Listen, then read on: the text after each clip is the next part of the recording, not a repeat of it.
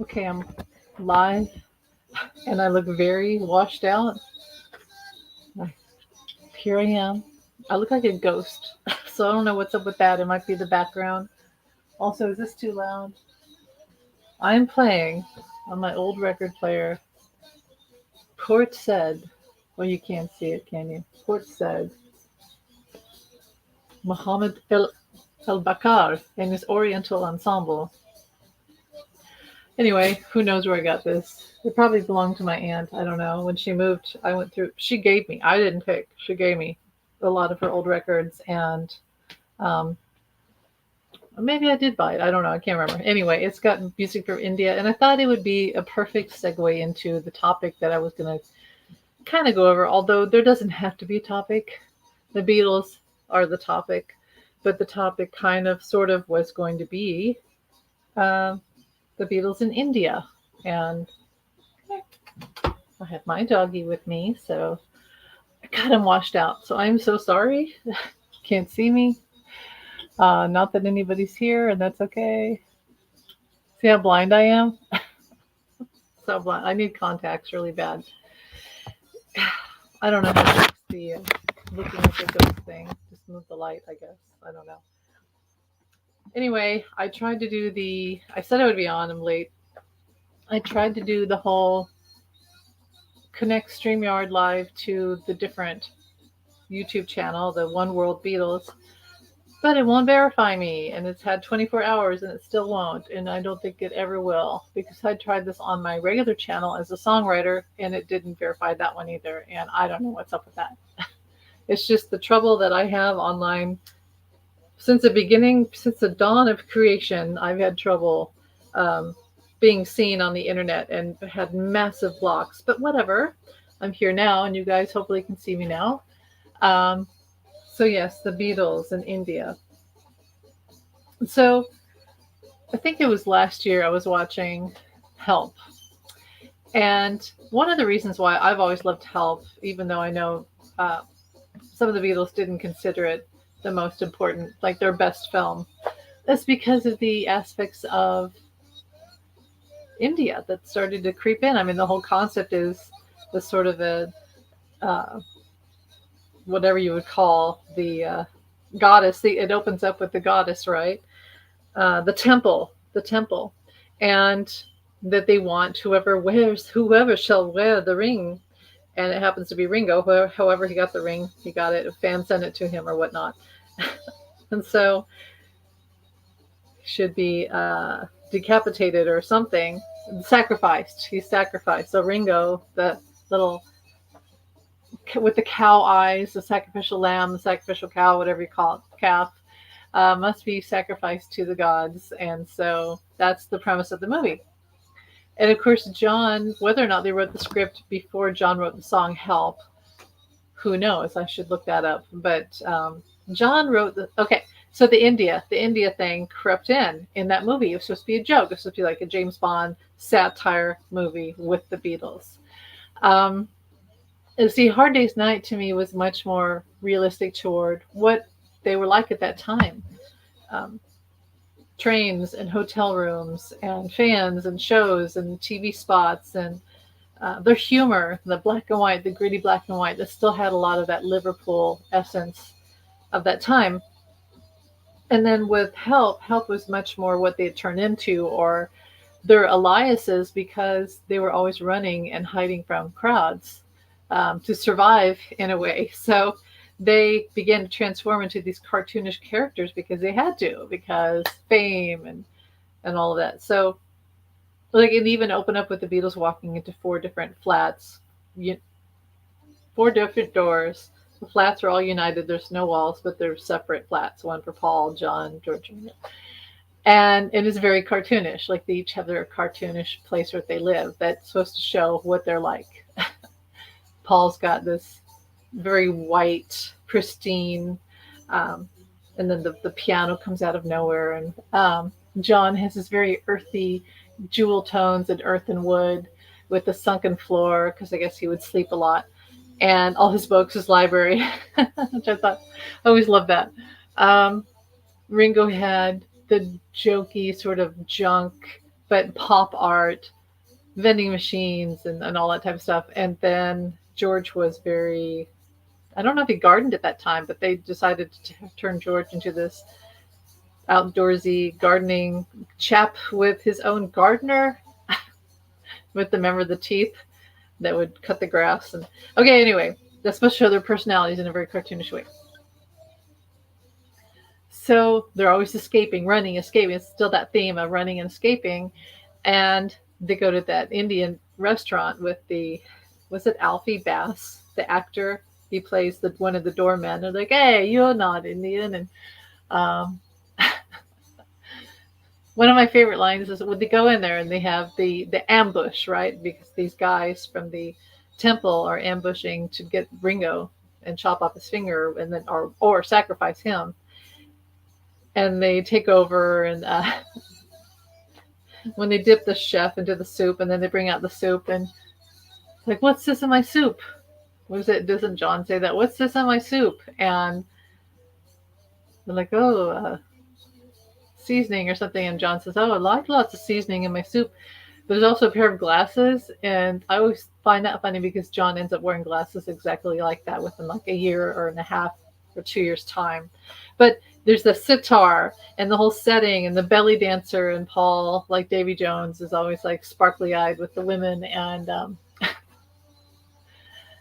George sort of scowling and inspecting everything and just being the silent tough guy. But it was that Indian influence that they literally took, and George started to put it into music. It was in the music for the soundtrack for the film Help. Somebody's here. I think somebody's here. Hello, everybody. Do I have comments on? Let me see. So I don't think it was an accident that they started to have an Indian influence in their music before they went to India, before they met the Maharishi. It was literally sort of seeped into their world via the movie Help. And I think, and after I realized that, after all these years, I read an interview where John said the same thing, that Help was what introduced the Indian culture to them, the Western Indian culture. So, okay, and just a little spot of knowledge. John and George had their coffee slipped with LSD by the dentist, and then they had that whole experience, and that was pre the movie Help. So I think the song Help was born out of John really awakening to his life, where he was becoming for his phrase, fat Elvis, sold out Elvis. And it really woke him up. So Help was kind of like that midterm movie of the beginning of his awakening and the midpoint of the Beatles, really, even though it's only like a year and a half or whatever when they came into the huge popularity. They changed so much. So India. So when did the Maharishi come into their life? Well, they were starting to seek. That's what happens. Seek and ye shall find. George was really starting to put that into the music, and he himself went to India and was seeking answers and kind of brought it back, right? Oh, the Maharishi is going to, and I wrote about this in the book, the Maharishi is going to give you your own mantra, and you have to go, or you won't get it. And John says something like, maybe we can look it up. I have the book on my Kindle on my phone. But John says something like, it's the bait and switch of transcendentalism. So let me see. Find the book. Find the quote. And I have to say that I like all the Indian influence on the Beatles. I felt like it fit, and I really love all of George's work, and especially on Sgt. Pepper. I love Within You and Without You, and The Inner Light, which was on not an official album that I know of. It might have been on Yellow Submarine. Okay, so there's the scene in Yellow Submarine where they introduce each of the Beatles, kind of like Help. They get each introduced with their aura of their stuff and activity, their likes, dislikes, colors, and everything, phrases. And they introduce George as this guru in the sky. I don't. You've probably seen it. They open the door, and there's George. He's like a guru in the sky, and the sitar's playing as a wavy. That's one of my favorite scenes when they introduce George like that. Okay, mantra. I'll try to read this to you. Okay. So if you don't mind me reading from my book, um, okay, first, John wanted to know, but first George told him they needed to find out this thing called a mantra. And pardon my accent if I do the accent or not, just pardon me for this. So it's not the standard or something? John asked and imitated it like he was having an orgasm. No, it's individual. I want to get mine straight from him, George said, so I can find a way to the other side. The other side of what? John asked. I don't know, the truth. The other side of this bullshit of life. Sometimes I don't know what's up or down anymore. I know what's up or down. It's one of my favorite lines. That Ringo walks in. I know what's up and down. But not really, George said. He handed John a joint.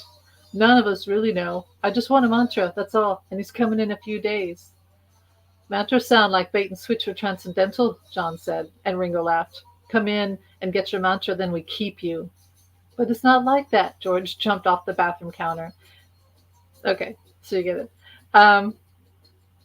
It was really like it was when the Maharishi showed up. It was in a time in their life when they were experimenting with everything, and not just drugs, but everything. Yes, LSD had been introduced. I don't think Paul had done it yet. Maybe he had. Yeah, he probably had. Paul had at least done LSD, joined his mates. He couldn't be left out. Did it for the band. Probably 1967, the summer of early on. At least by the time they did Sergeant Pepper, that summer he had done LSD. John and George had done it in 65, early on, like March or something. I mean, it changed. You don't do something like LSD and stay the same. You don't. So it changed John and George, and then that influenced Paul. I'm sure Ringo did it, but see, Ringo didn't need to do all that stuff. Ringo was more of a drinker, I think. He doesn't do it anymore, so I say was. So it changed them, it changed them pre-help, and help came in when they were seeking answers, when they were already opened up. And then the Maharishi comes in, and George is the one that had been seeking. He'd gone to India. And tried to do it invisibly, which is impossible, right? He was seeking answers, so he brought it back on. And then the Maharishi is going to be in England. He's doing these things, and they should have kind of gotten the hint that it was a little sketch, that this Maharishi was supposed to be a spiritual man, no possessions, and yet he was hanging out with all the rock stars and was totally okay with like people like the Beach Boys and anyone who was famous. That's a little weird, but they needed him, so they go to his retreats, and they really needed that. I know Paul McCartney said that he would meditate to the point where he was floating like a feather or something like that, and that he's never forgotten that, and it influenced his entire life. And it got them away, and it gave them a way to deal with fame and the addictions, like including sex, naturally. It gave them another option. They didn't have to, and they certainly didn't stick with it their entire life, but it really opened them up to the idea that there was more important things, and it came from the inside, like George said, within you, without you. So the Maharishi and the Western Indian movement was extremely important, I feel, in the development of the Beatles, and in each person for their art, for their life course, and saved them from the likes of ending up like Janis Joplin and Jimi Hendrix and Jim Morrison, because that's surely what would have happened. To be honest, that would have happened. So, plus it opened up everyone else. The Beatles did it, and then everyone else did it. So everyone else was on the ride. So there's some beautiful movies out there about the Beatles in India. I watched 2 here in the last couple of years. I don't know if I can find them now. But on Amazon Prime, it could be on YouTube as well. Let me look. I know one's just called The Beatles in India. So if you go on Amazon Prime, uh, The Beatles and India, a beautiful movie. And what I love about the guy who wrote, directed that movie, it's a documentary. He really brought out something that at the time I was really discovering when I was writing the book about John, Nothing to Get Hung About, was that how much Brian Epstein meant to the Beatles and John in particular. And when they went to that retreat, and was it Surrey or whatever? It was before they went to the one, was it Wales? Where was I can never, whatever, I don't know. They went to one of the big retreats and then had to cut it short because Brian Epstein had died of an overdose. And it was right after Sgt. Pepper, before Magical Mystery Tour, after All You Need Is Love. And that devastated John. Another death. He had been worried about Brian. I think he'd wanted Brian to go with him to India, but Brian didn't. See, when the Beatles stopped touring, that's what destroyed Brian, because they didn't need him anymore. He felt, well, there's that phrase, the candle in the wind. He felt unneeded, unfocused, left to his own boredom and too much money, too much time on his hands, and to the whims of bad relationships and abusive partners, I feel, and drugs, addictions. Brian was someone who, if you read his book, isn't it a cellar full of noise?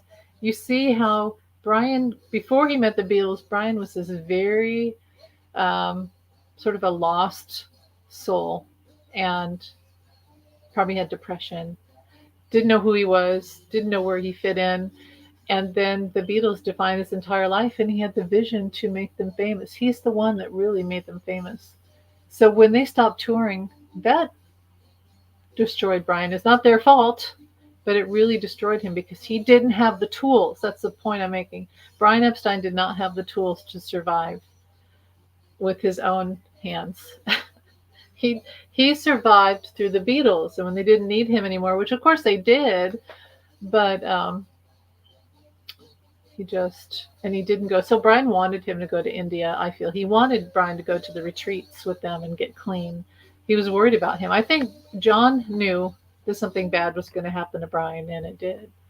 So, and also there's this thing that as I wrote the book, I realized that how John felt guilty of introducing Brian to things like pep pills and pot and, all sorts of things. And maybe LSD. I don't think Brian did LSD that much, but I do wonder about heroin, because for entertainment purposes only, that was prevalent at the time, and that could have been a factor.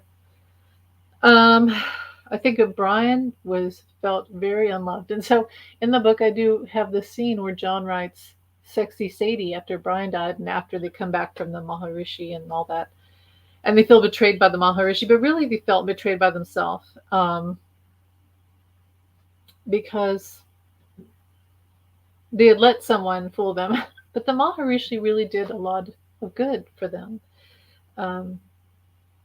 He did more good for them than than they could ever realize. But he was just a man, and I've said this before, that the Maharishi and John paralleled each other because they were just two guys on a spiritual journey, and John was just more human and admitted it. And the Maharishi had his human moment where he failed because he went after some of the girls. He succumbed to the whims of fame, and John didn't like that. He thought that he had found God, but no walking human being on earth is God. That's the truth. So, but anyway, John, afterwards, when he said two favorite lines, when John meets the Maharishi and he walks up to him and he pats him on the head and he says, "That's a good guru." That's one of my favorite lines ever. And I say it often. That's a good guru. And then, what was the other one? There's another line where, at the end when he says to, what does he say to the Maharishi? "You should bloody know." something like that. And that's when they leave, right? You should bloody know. Because the Maharishi senses that something's off. And what's wrong? What's wrong? And that little baby voice of his, that little, like a little yippy dog, a Yorkshire or something. What's wrong, everybody? And John's like, you should bloody well know. John made the mistake of turning someone into another god. And that's just not possible. But so afterwards, he goes back. Brian's dead. They kind of passed over Brian's death. Didn't grieve properly. And John writes Sexy Sadie about the Maharishi, but as usual, John was writing it about himself. And also, I feel like he was writing it about Brian, because what came out of me as I was writing it was sadist, sexy sadist about Brian.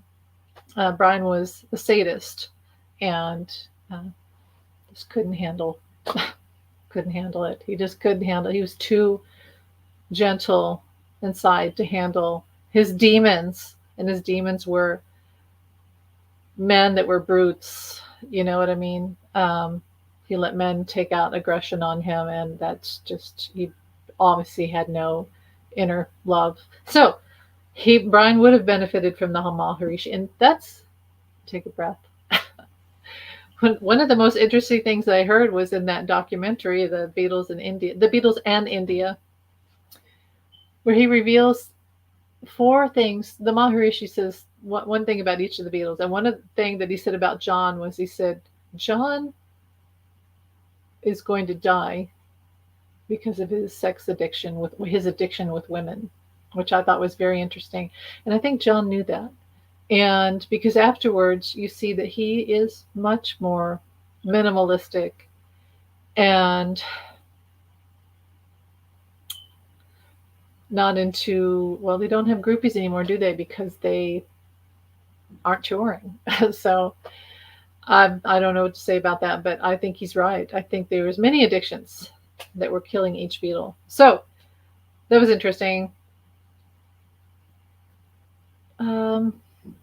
And John became much more of a feminist too, a male feminist, after the India experience, and that record ended. Again, that was an old record called Port Said. Port Said. Wouldn't it be Port Said? Audio Fidelity.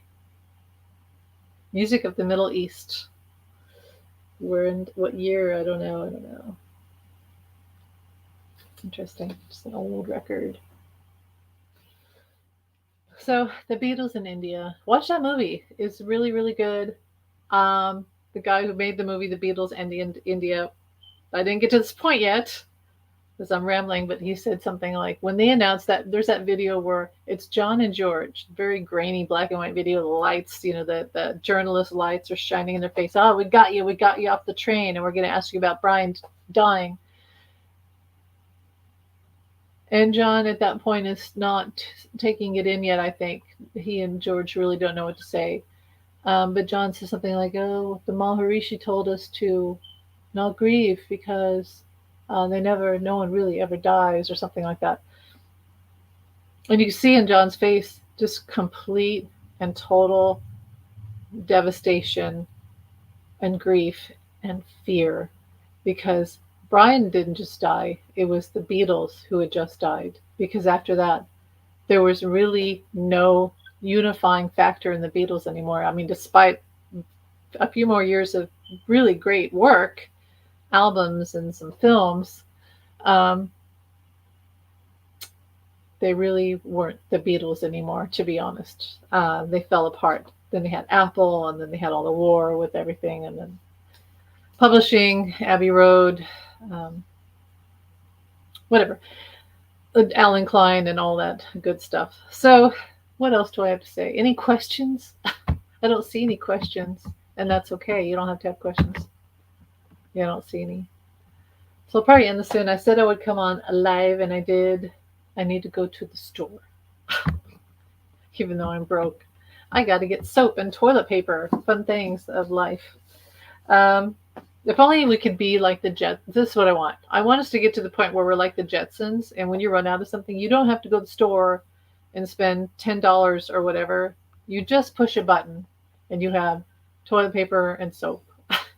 or a hamburger or whatever you want. Wouldn't that be nice? That'd be just great. Okay, whatever. Materialism. That's what we're talking about. Anything else about the Beatles? I think that's it for today. Oh, hello, hello. Hi, Jamie. John being interviewed about Brian dying was eerily similar to how Paul was interviewed the night after John's death. Yeah, that's true. The way they just jump in on someone and want to know someone's reaction. It's like, what are you supposed to say? Do you know how there's this thing where when something horrible happens, like 9/11, right? And after it happens, you feel this macabre, like, oh, I don't know how to react. I don't know. Like, I'm not going to cry. I'm shocked. But it's also like, wow, something crazy happened. And you almost have this macabre euphoria, even though I know that sounds horrible, but it's a human response. And so when something horrible happens and people ask you about it, how are you supposed to react? Are you supposed to scream and cry like some people do? But there's really no words in moments like that. So I felt bad for Paul in particular when they asked him about John's death, because first of all, they had been warring for a while. They had been separated. Some nasty stuff had happened, like Yoko, probably for entertainment purposes only, I feel like she had arranged for Paul to get busted in Japan and he got spent time in jail. So I bet there was parts of Paul that were still like processing some anger. Um, and a lot of people feeling um, like they knew what was going to happen to John. Um, Not that they didn't want it to happen, but they knew it was going to happen. They knew, and even John said, I feel like some crazy MFer is going to take me out one day because of some of the bad shit I've done. So I feel like nothing anyone says after an event like that should ever be taken seriously. And they shouldn't. Like, what I love is that interview I posted, where that TV interview, it's like a year, maybe a year or two later, and they're talking to Paul. And Paul mentions John, and this, what is it, like a blue light thing filters it. And the second I saw that, I was like, oh, it's John. And then and Paul says, oh, hello, John. And it's John. And it happens to George too around the see. Those are the moments where I feel like it's more appropriate to talk to them. The only reason that reporters shove a microphone in someone's face in those moments is to get the most vulnerable, raw shock, which seems opportunistic and wrong, to be honest. And I don't like it when, I understand, but when people say, oh, I can't believe Paul said that, it was like, what are you supposed to say? Because if Paul had said, oh, that's terrible, it would have sounded trite. So you have to give someone, you know what I mean? What are you supposed to say? What are you supposed to say? I don't know. So there's that.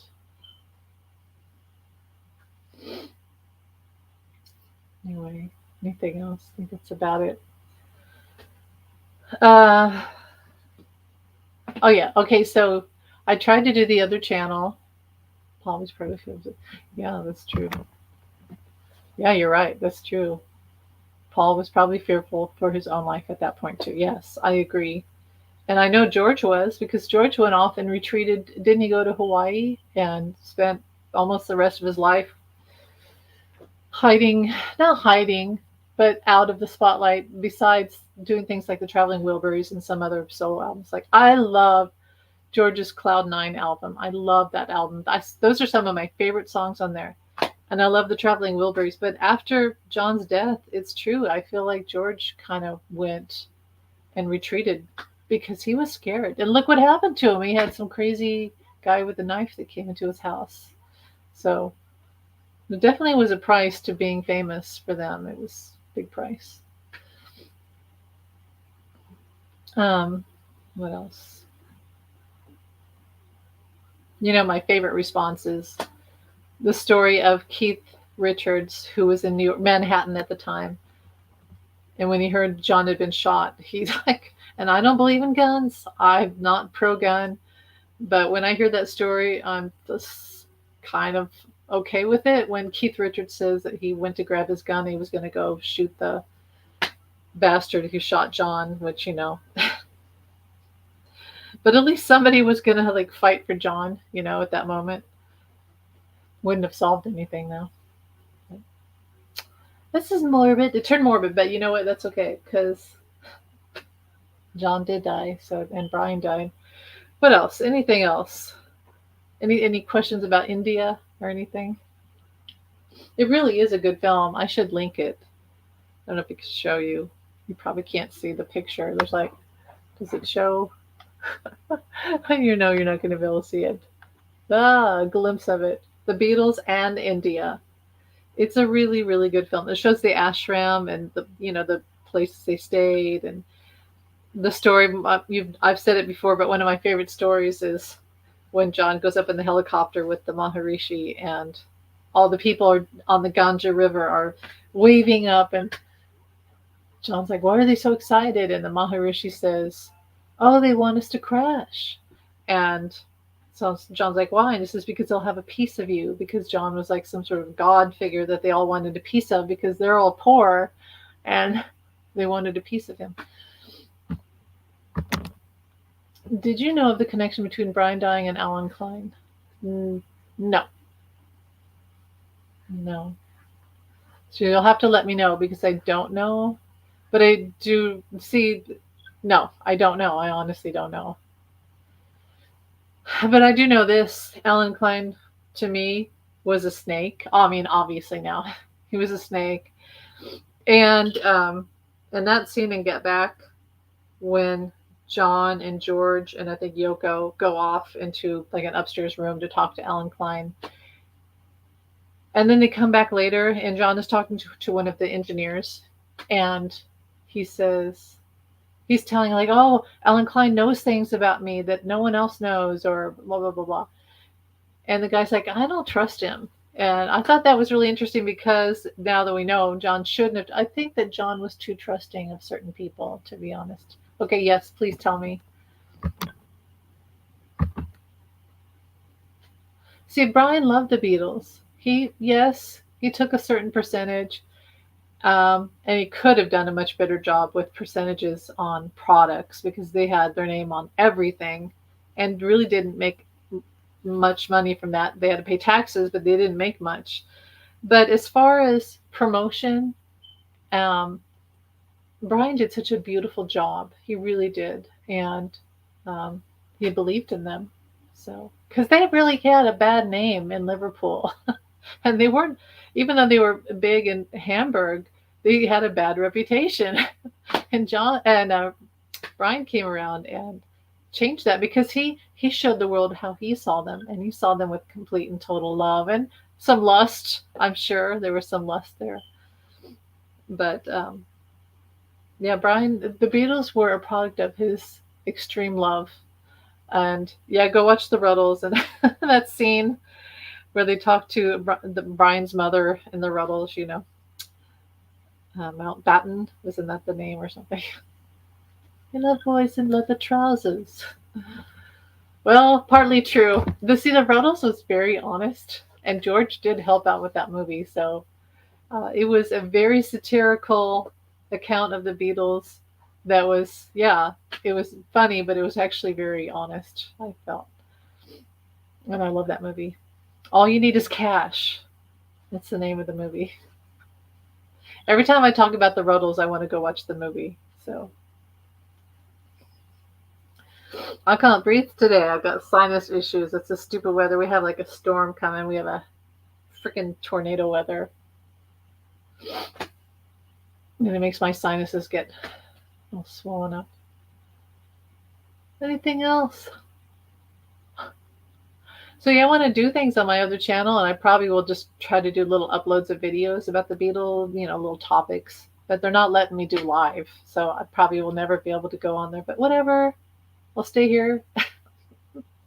I want to stay here on Earth Spirit, but I just want to be able to also not have all the spiritual stuff tied in. Although the Beatles were very spiritual, so it's hard to separate the two. Okay. Klein's personal assistant supplied Brian with boys and barbiturates in the last few months of his life. Paul, for one, was very suspicious about this arrangement. Well, I'll have to look that up. So, Klein was not such a nice guy. I mean, he wasn't. I can't say that. Was he not a nice person? I don't know, but I think that he was a shark. That's what I always get when I think of Alan Klein. I think of a shark. So, and then I just saw the picture of George. I don't know if you've seen the video where each Beatles signs the divorce agreement. You know, that's to split up the Beatles, mid-70s. And there's a video of George like running upstairs because he was just dying to get out of the Beatles because they each wanted their own publishing company at that point. And you notice that after they did that and they officially broke up, George had Dark Horse Records and Paul had MPL and John had Lenono, I think was what it was. And what did Ringo have? I don't know what Ringo had. But they went from the Apples on their records to their own labels. So, which meant money. They got money, their own money. Okay, well, Klein, kind of like Magic Alex. At that time in Watch and Get Back, they're talking about Magic Alex and how, and you could see John kind of knows it's just for fun. But Alan Klein had just been in there. See, one thing that happened when they went to, and I'm saying this because they got tricked by Alan Klein. They got tricked by Magic Alex. It was a time, 1969 was a time of great deception, I think, in the Beatles. There was a lot of people using them, which is why their shop, their Apple shop store went kaput because they were getting used. People were using them. People were probably taking things off the payroll, off the money inside the Apple Abbey Road that they shouldn't have been. They were just being used, suckers. There was lots of suckers on the company. So, but the story of Magic Alex, he was another one. Gave him some money so he could create these sort of, again, like Jetsons type of, he was supposed to make a mixing board. And so while they were in Twickenham Studios doing Let It Be, which now we call it Get Back because it's the Let It Be sessions, they're in this movie studio set, soundstage.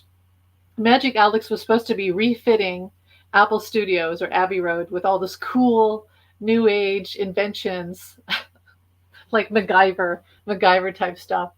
And literally it was crap. The soundboard didn't work, nothing worked. So you see there's a scene in there where they're kind of laughing about it and John's like, because nothing worked. It was just pieces of plastic and duct tape. And George Martin was furious about that. Furious.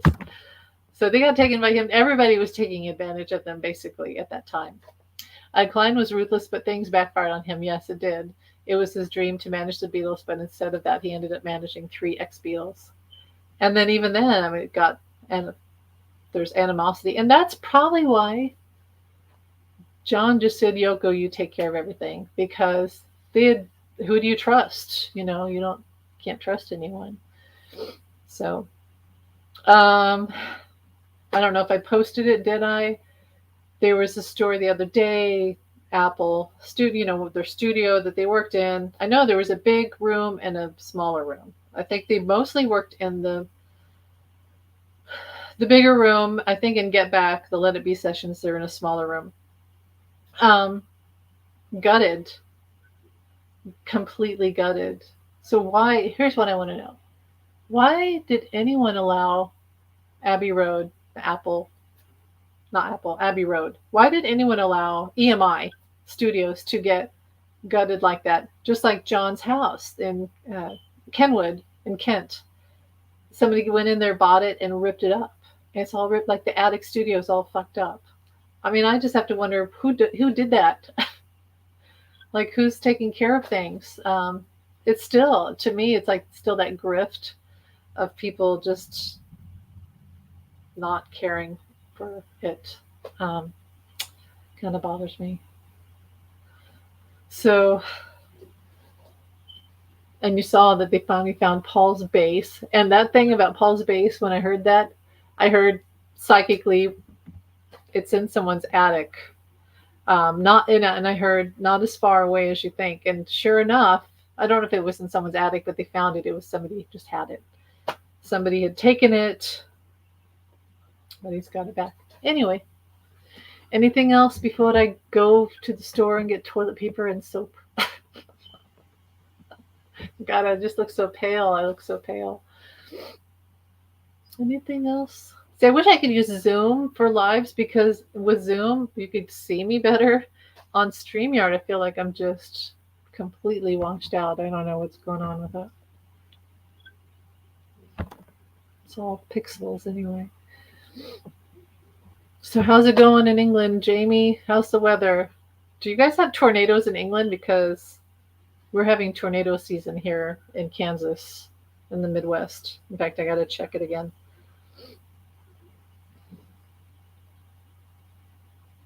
Stupid storms. Stay away from us.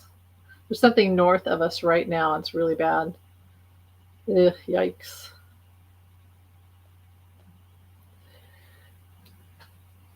That's about it. Gotta go. I'm gonna go soon. The Beatles in India. I love to watch Help. I love that whole Indian influence in Help. And then they go to Jamaica, and those are some of my favorite scenes too when they go down there. I love that. It's a good movie. I've said before that I think the most honest movie about the Beatles was actually Yellow Submarine. And sometime I'll just do a live. Maybe I could do that next live, where I just talk about Yellow Submarine, because it was supposed to just be a kids movie, right, or a cartoon or whatever. And they didn't even do the voices. They provided the music, like "Hey Bulldog" and all that, but the voices weren't even there. But gosh darn it, I love that movie.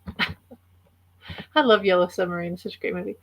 I need to be careful what happened to Dorothy. I know I got to watch out for Karen and evil witches, flying monkeys, and all that good stuff. I'll tell you a story about Wizard of Oz. Is that here in the Midwest, Kansas, as a kid, and I'm talking everybody else had a color TV. I'm gonna put that up here. Everyone else had a color TV except for me. My mom, maybe she couldn't afford it for a long, long time. So every May, right around when school would end and summer break would begin, and the air, you have that tornado feeling in the air. It's like balmy and just strange, and the wind picks up.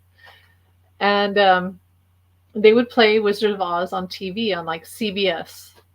And watching it on a black and white TV, I never realized that it turned to color until, I don't know, it's probably in high school. My mother finally got a color TV, and I was like, whoa, look at that. It's in color. And there's actually, you can see the yellow brick road, and you can see her red slippers. And well, anyway, the scene in the beginning is black and white, and Dorothy, they're on the farm, and you can see the clouds.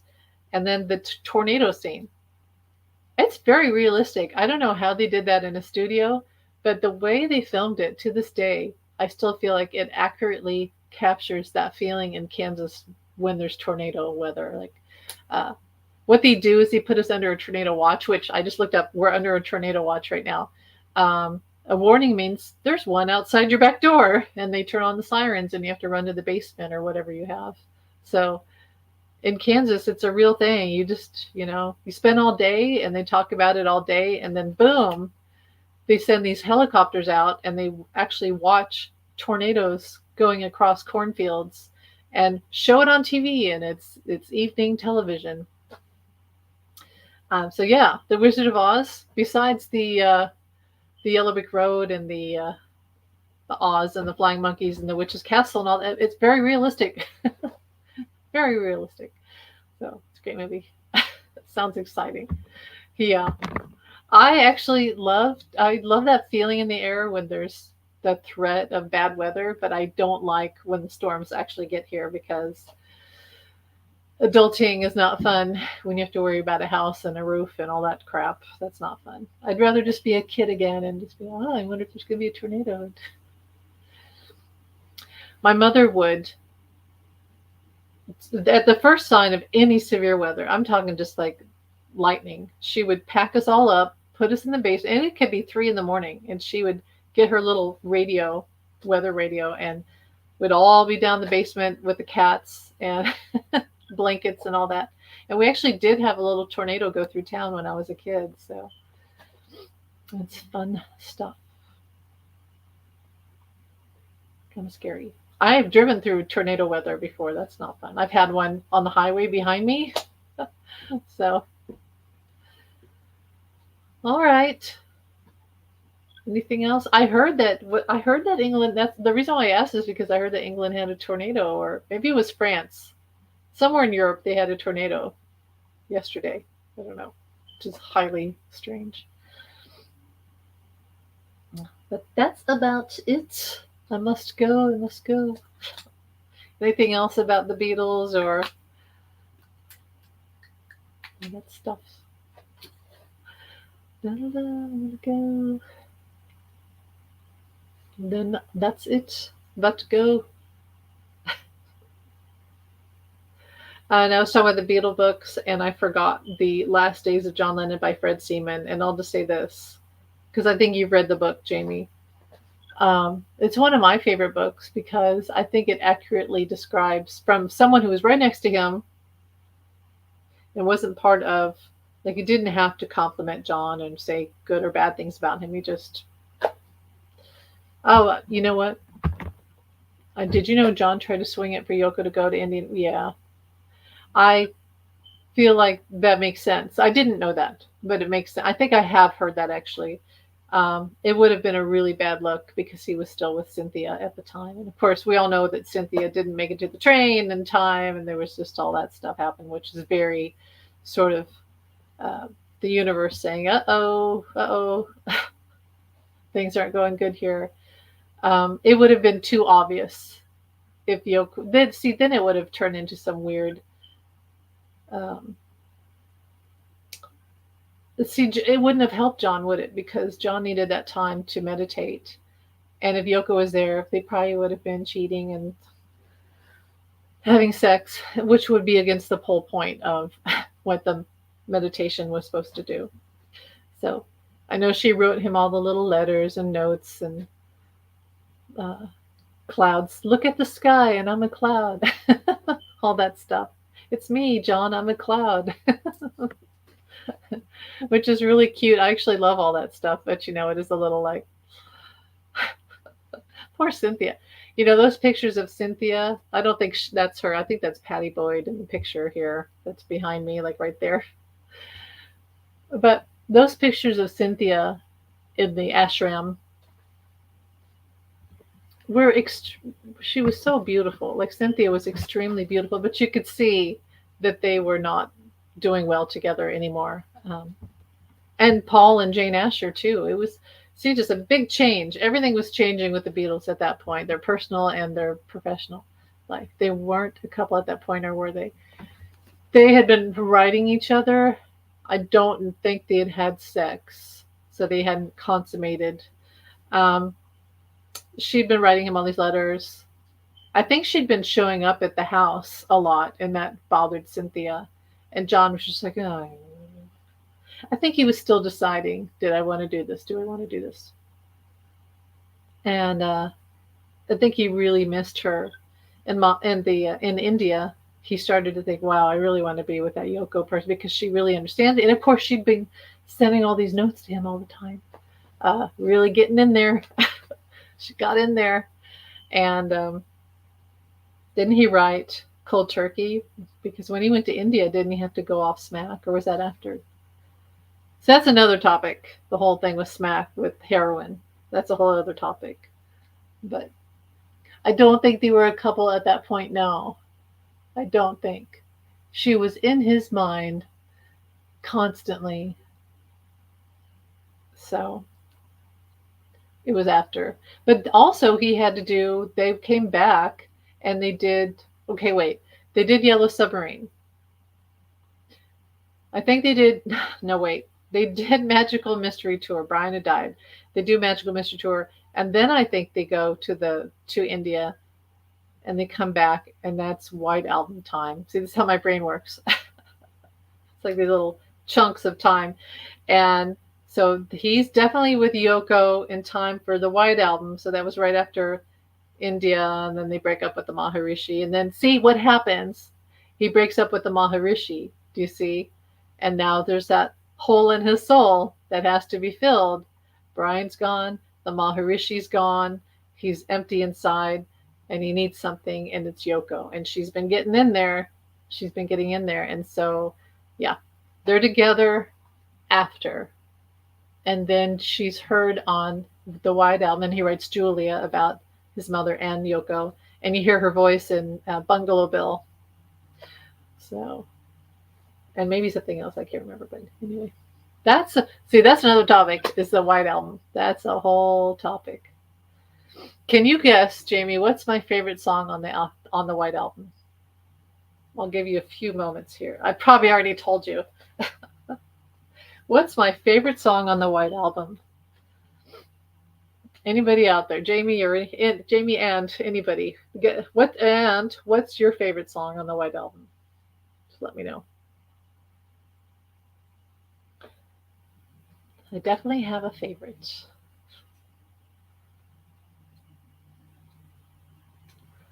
Waiting, da, da, da, da, da, da. I've got my selenite, which is a big crystal.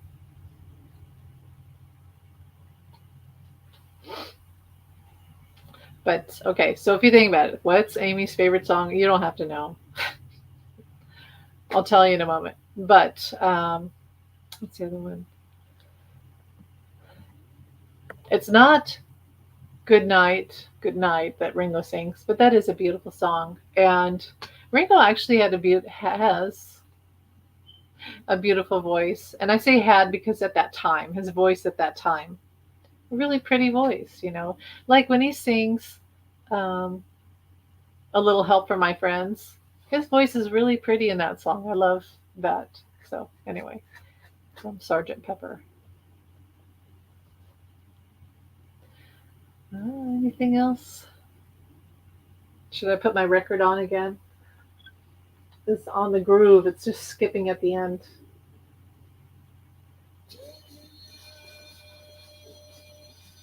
Glass onion.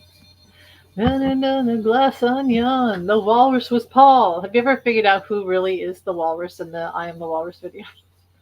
There's some clues. If you look at this shot, there's a promo shot where they're all like this. And you can see like their wrists and their pants. And you can get a clue of which one is which. Okay, anyway. No, but I do love that song. And I love Dear Prudence. My favorite song, you'd be surprised, my favorite song on the White Album is Savoy Truffle by George.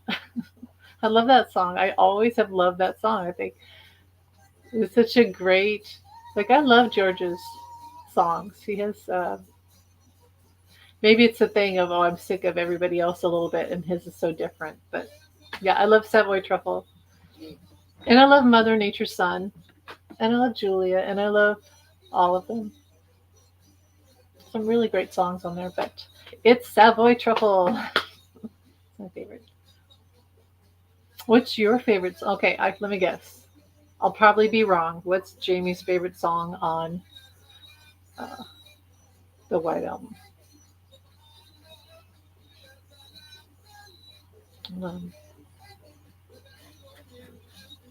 Do you like? Is it Dear Prudence? Or number 9, Revolution? I know there's the number 9 song, but is it Revolution with the sounds or the song Revolution? I think Revolution was a separate track. No, wait. I have the White Album. Let me look. Let me see. Let's look and see. I have Let It Be. The White Album, which is actually just called The Beatles. So, okay, I'm going to go through here. There's Dear Prudence, Back in the USSR, Glass Onion, Obla-Di Obla-Da. See, I don't think Obla-Di Obla-Da is anyone's favorite song. I think people like it, but no one... I don't think it's their favorite song. Wild Honey Pie, Bungalow Bill. Oh, While My Guitar Gently Weeps. But that's not your favorite song. Happiness is a Warm Gun, Martha, My Dear. I love that one. I'm So Tired. Blackbird, Piggies, Rocky Raccoon. Don't Pass Me By. Why Don't We Do It in the Road? I Will. I love that song. Julia. Beautiful. Birthday. Maybe you like Your Blues. Happiness is a Warm Gun. Okay. Very tongue-in-cheek for John, obviously. Didn't he get that from an advert?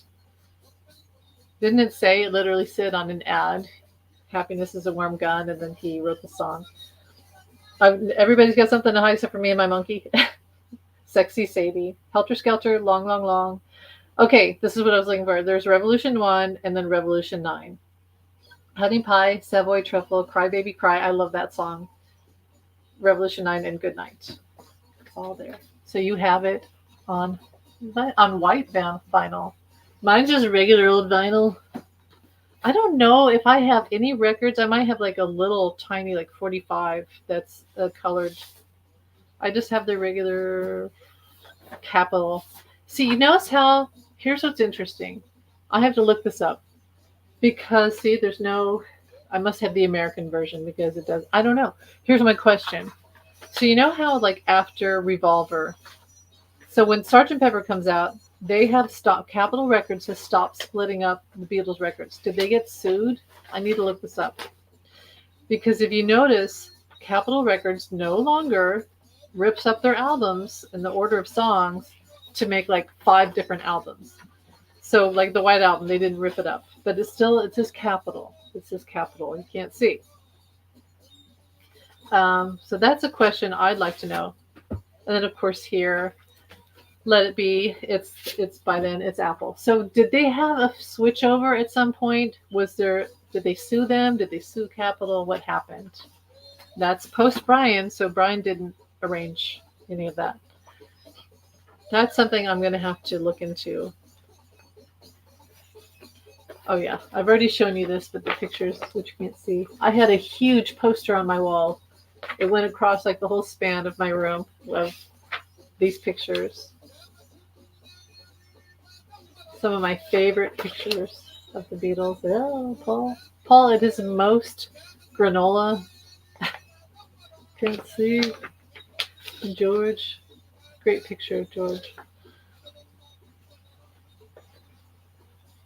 That's about it.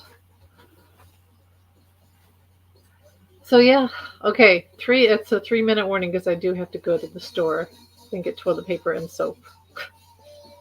And I need to feed Kieran his dinner because he's gonna be hungry. And also let me know what you want me to talk about on here. I know I ramble a lot, but it's probably always going to be like that because I'm weird. I have my anxiety brain makes me very jumpy. I have a lot of information in here. I think I have a lot of Gemini, and my Gemini makes me very like analytical with facts and words and stuff. And so I'll be like, I'm going here, and I'm like, information just flowing out of corners of my brain, so I'm just like scattered. So yeah, I'm always going to be kind of weird when I come on here. I'm just one of those people. I'm not like, and then fact 3 on my list of things to talk about is, I'm not like that. Yes, I think part of the arrangement of the launch of Apple was taking control good from Capitol because John hated them. He did. He truly hated it. He hated, like we talked last time about the cover with the baby parts, you know. What's the record that I have that's part of that whole? Oh, it goes everything. It all goes down. This record is one of those. I think that was part of that whole, because they got Capitol ripped it up, you know. Come on, can you see it? Beatles 6. Isn't that Capitol? Yes. Beatles 6, 7, 8, 9, 10. That's what they did. More money, more money. You know, with the new release, you saw they had the release of Mind Games, which now's kind of died down. Here's the problem I have with them, the Lennon Estate. The way they released it was like, buy this huge $1 billion cube box set where the album might be in there. And it's like, where's the album? I think people just want the album, and I don't mean to get on them about that, but I'm just so lucky that I have this. I have to say, who knows where I got this? There was a store in Kansas City, in Westport. It's like the hippie area of Kansas City, and it was called Recycled Sounds. And you would go in there, and they had all these old records and punk, and of course I would look for Beatles and stuff like that. That's probably where I got it. They also had Xanadu, and where I live, it was called Xanadu, and Street Side Records. So that might be where I got it. I'm just so lucky that I have Mind Games, the original. It's not in perfect condition, but I just love it. I love it so much. So seeing that the new thing came out, the newfangled with all the stuff, like simple is best. And what people really want is just a freaking album. That's all people really want, I think. But not to dog on them, but that's just how I feel. That's my opinion. And that's about it. Like I said, I gotta go. I gotta go before this tornado.